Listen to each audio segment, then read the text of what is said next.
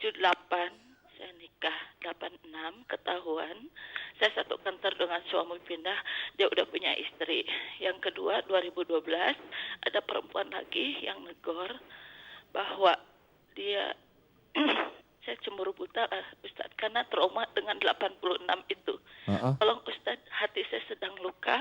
Bagaimana untuk mengobati hati saya untuk kembali cinta ke suami? Iya. Itu aja Ustadz.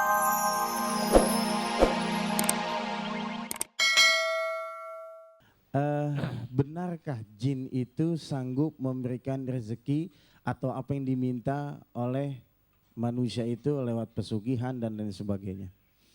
Iya, sebenarnya ada ilmu dari para jin ini. Jin yang memang diberikan oleh Allah Ta'ala ilmu untuk mengambil beberapa uang, mengambil beberapa harta orang lain yang dipindahkan dari sono ke sini. Memang insya Allah ada. Nah di sini sama aja kita sebenarnya kita menyuruh orang untuk mencuri. Ini cara-cara ini yang sebenarnya dilarang. Makanya di situ kalau hubungannya dengan tidak yang tampak-tampak ini sudah langsung itu haram, langsung seperti itu. Karena itu hubungannya dengan mencuri, bukan harta kita. Nah, harta yang seperti itu kalau itu terjadi atas izin Allah, tetapi harta ini tetap haram.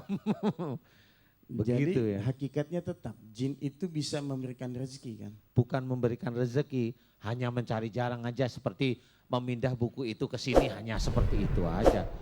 Sebenarnya intinya bukan jin yang bisa memberikan rezeki, tapi intinya adalah Allah.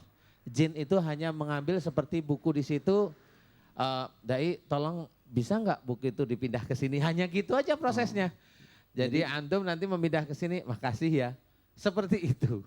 Jadi dengan kata lain Allah memberikan izin kepada jin untuk memberikan rezeki kepada manusia yang minta sama jin.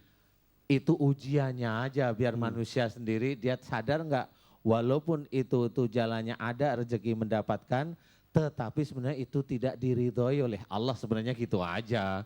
Sama orang mencuri kan gitu. Walaupun mencuri terjadi kecurian kan sebenarnya itu izin Allah juga.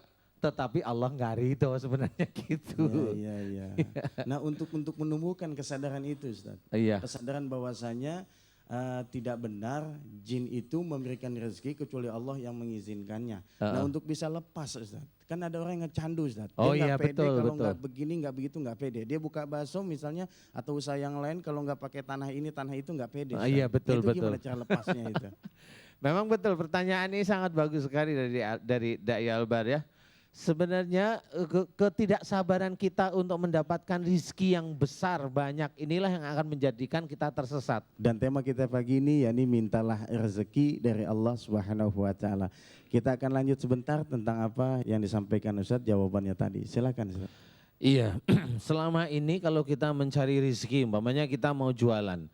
Secara sunatullah jualan itu kan nggak bisa kita buka toko kemudian langsung rame, nggak bisa. Itu harus kita memahami manajemen-manajemen yang harus kita lakukan. Umpamanya perkenalan, kemudian marketing toko kita, seperti itu yang normal. Sunatullahnya seperti itu. Kemudian kalau kita nggak ngerti, kita biasanya mencari sesuatu yang pingin cepat sekali untuk mendapatkan rezeki. Biasanya kemana? Ya ke orang pintar.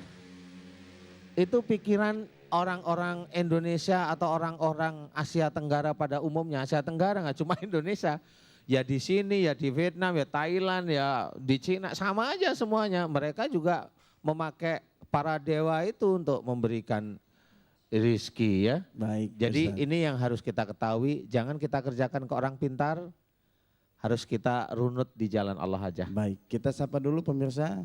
Sudah ada yang tersambung dengan kita, silakan. Assalamualaikum. Waalaikumsalam warahmatullahi wabarakatuh. Assalamualaikum. Waalaikumsalam. Assalamualaikum. Waalaikumsalam. 3 kali dulu. Satu kali. Waalaikumsalam. Iya, satu lagi. Waalaikumsalam. Waalaikumsalam Baik, dengan ibu siapa di mana? Pak Ustadz Albar, saya Iya. di Bandung. Iya, silahkan Iya, ibu. Pak Ustadz Danu, terima kasih saya bisa masuk. Sebetulnya Iya. saya mohon maaf di luar tema Pak Ustadz. Iya, silakan. Iya Ibu. Ini sesuai dengan Ibu suaranya kecil sekali teleponnya. Halo? Ya. Oh sebentar, iya ya. Iya, Pak Ustadz Danu, ini sesuai dengan Bapak bengkel hati aja Pak ya. Jadi, Iya Bu. di luar tema. Saya sedang agak luka dengan suami Pak Ustadz. Iya. Saya mohon deh, hati saya sedang luka. Itu aja Pak Ustadz, saya pernah satu dibohongin suami yang mana nikah 78, 86 ketahuan, suami sudah punya istri dan anak, SMP anaknya, berarti 8 tahun ya Ustadz ya. Sudah berapa tahun Ibu? 78, saya nikah 86, ketahuan. Saya satu kantor dengan suami pindah, dia udah punya istri. Yang kedua 2012 ada perempuan lagi yang negor bahwa dia saya cemburu buta Ustadz karena trauma dengan 86 itu. Tolong Ustadz, hati saya sedang luka, bagaimana untuk mengobati hati saya untuk kembali cinta ke suami. Iya. Itu aja Ustadz. Saya nggak kuat Ustadz karena saya berjauhan untuk menghabiskan masa pensiun. Saya di Bandung, suami di Bogor. Yaitu kecemburuan aja dok. Jadi pernah terjadi KDRT. Yang kedua, Ibu sering mendapatkan KDRT maksudnya dulu? Iya Ustadz. Oh gitu. Jadi gini Ustadz, saya nggak bisa karena saya anak kecil, anak bungsu perempuan. Terus melangkah kakak 3 perempuan. Dari situ saya karena 86 ketahuan dia sudah punya istri dan anaknya 2 SMP. Oh gitu. Jadi saya tuh kenapa sih kamu tuh berbohong? Kan itu masa lalu. Iya. Jadi saya selalu Ustadz Danu mengungkit-ungkit masa lalu tuh bukan apa-apa. Saya tuh pertama tidak pernah pacaran. Terus berikutnya 2000 ini menikah 2012, lagi beliau? Oh, tidak menikah Ustadz, cuman karena dia pensiun, dia menjadi MC ngomong cucu di Bogor, di Bandung. Tapi suatu hari saya nganter cucu, dia ada perempuan yang negor, kemana aja, kok dijawabnya pangling. Itu yang jadi sinkron, saya mengulang memori saya ke belakang Ustadz. Oh iya Ibu. Ibu maaf kalau boleh saya tahu nama Ibu siapa, dari mana, maaf diulang. Tin Hartini dok. Ibu siapa? Tin Hartini dari Bandung. Prihatini. Tin Hartini. Tin Hartini. Tin Hartini dari Bandung ya. Iya. Ibu luka dokter, tolong kembalikan timbul cinta saya karena April nanti 35 tahun usia saya nikah. Iya Ibu. Ibu Tin Hartini, begini Ibu, mudah-mudahan Ibu lebih tenang karena persoalan itu tidak bisa selesai dalam waktu 1 hari 1 bulan. Saya mengajak Ibu, yang pertama saya tidak menyalahkan Ibu, tapi ayo kita evaluasi dulu. Kalau memang Ibu sudah memahami, kalau memang Ibu menurut para alim, para bijak, itu Ibu tidak salah. Kemudian kita fokus pada suami. Kenapa suami seperti itu? Kalau memang itu, apalagi maaf ya Bu, kalau suami sering KDRT, itu salah satu hal yang memang Allah tidak ridho sebenarnya dalam KDRT ini ya. Jadi saya mengajak Ibu Tin Hartini ini, cobalah Ibu lebih tenang dulu. Kemudian begini Bu, yang penting ini sangat penting sekali bahwa besok di Yaumul Akhir kita nih, kita besok itu tidak akan bersama-sama dengan suami ya. Saya perlu ingatkan, pada waktu nanti di hari kiamat kita tidak akan bersama-sama suami dalam masuk surga. Tetapi kita akan membawa amal soleh kita dan dosa kita sama. Suami akan membawa amal soleh suami dan dosa suami. Siapapun yang amal solehnya lebih banyak, lebih besar daripada kesalahannya, insya Allah akan masuk surga lebih dulu. Itu sudah ketentuan dari Allah Ibu. Makanya ini hanya di dunia, dunia itu hanya permainan semata.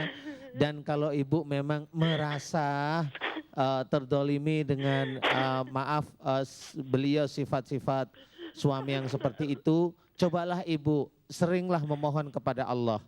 Doakan suami selamat dunia akhirat. Karena kalau mendoakan siapapun dengan doa yang buruk itu tidak boleh. Jadi doakan suami selamat dunia akhirat. Doakan suami agar bisa menjadi seorang imam, bisa menjadi seorang yang soleh. Persoalan beliau bohong sama ibu, persoalan beliau menipu sama ibu, persoalan beliau itu tidak memberikan nafkah, persoalan beliau itu sering KDRT sama ibu, serahkan itu pada Allah. Biarlah Allah nanti yang akan mengadili. Kalau memang itu KDRT itu akan menjadi amal soleh, biarlah Allah yang menulis. Kalau memang tidak memberikan nafkah itu amal solehnya beliau, biarkan Allah yang mencatat.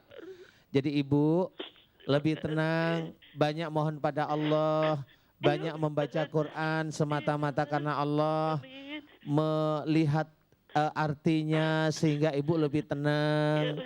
Ya, jangan mendoakan orang lain. Terima kasih. Ya, mudah-mudahan dengan doa yang baik ini Allah akan menjawab.